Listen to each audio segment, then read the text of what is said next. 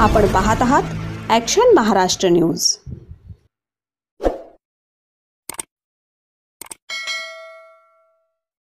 वडगाव शहरी विधानसभा मतदारसंघामध्ये बकरी ईद उत्साहात साजरी।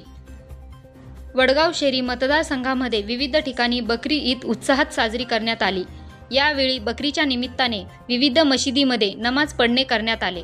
यावेळी येरवडा विभागाचे एसीपी विठ्ठल दबडे साहेब, त्याचबरोबर येरवडा पोलीस स्टेशनचे वरिष्ठ पोलीस निरीक्षक रवींद्र शेळके, वडगाव शहरी विधानसभा मतदारसंघाचे माजी आमदार बापू पठारे उपस्थित होते। या प्रसंगी हजरत संस्था बाबा दरगाह मदीना जामा मस्जिद येथे नमाज पठण करण्यात आले।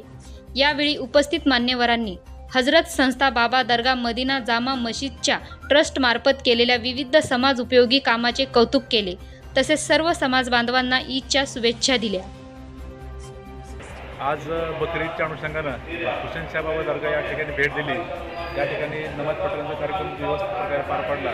त्याचप्रमाणे या ठिकाणी ट्रस्ट जे आहे, ट्रस्टची माहिती घेतली असता ज्या आसपासचे जे लोक राहतात त्यांना कुर्बानीमध्ये अडचण जी होती त्यानिमित्तानं ट्रस्टनं तिथं पाठीमागाची व्यवस्था केलेली आहे आणि पूर्णपणे कंपाऊंड बंदिस्त आहे। कुठल्याही लोकांना इतर लोकांना त्रास होणार नाही त्यांनी काळजी घेतलेली आहे आणि एकदम स्वच्छता खूप चांगली, पाण्याची व्यवस्था चांगली आणि चांगल्या प्रकारचं इथं कामकाज चालू आहे। ट्रस्टच्या वतीनं इतर खूप समाजोपयोगी कामं केली जातात, त्यामुळे या ट्रस्टच्या पुढील कामकाजास हार्दिक हार्दिक शुभेच्छा। बकरी ईदच्या निमित्तानं सर्व समाज बांधव ईदच्या दिवशी सकाळी या ठिकाणी नमाजच्या निमित्तानं एकत्र येत आहेत आणि या ठिकाणी या जे आपलं ट्रस्ट आहे हे अत्यंत चांगल्या पद्धतीनं गेले 20-25 वर्ष मी जवळून पाहतो आणि प्रत्येक ईदला मी या ठिकाणी असतो तर पाहायला मिळतं की आमचे जे या ठिकाणचे सर्व ट्रस्टी आहेत चांगल्या पद्धतीच्या सुविधा या ठिकाणी सर्व समाज बांधवांना देत आहेत आणि सर्व समाज बांधव एकत्र येऊन या ठिकाणी चांगल्या पद्धतीने आपली नमाज